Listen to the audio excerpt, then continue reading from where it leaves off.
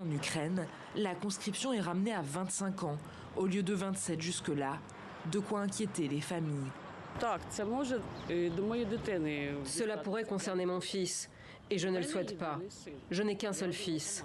Pourquoi l'avoir élevé pendant tant d'années juste pour qu'il soit enlevé et ensuite tué pour le plaisir? Je n'ai pas besoin de ça. Le projet de loi avait déjà été voté il y a 1 an par les députés, mais jusqu'ici, la présidence ne l'avait pas promulgué. Alors que l'armée refuse de dévoiler le bilan de ses pertes dans le conflit qui l'oppose à la Russie, elle peine désormais à trouver des volontaires pour rejoindre le front. Au vu de la situation actuelle, de nombreux jeunes hommes meurent.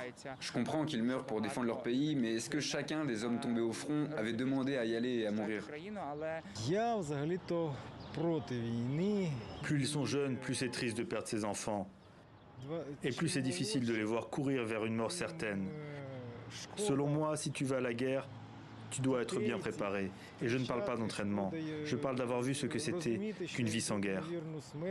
Mais pour les Ukrainiens mobilisés depuis longtemps, une relève serait la bienvenue, après des mois, voire des années à combattre. En tant que militaire, je trouve ça positif.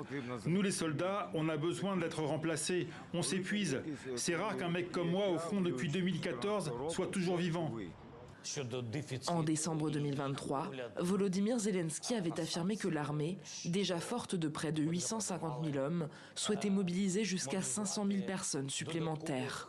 Un nombre depuis revu à la baisse par son nouveau commandant.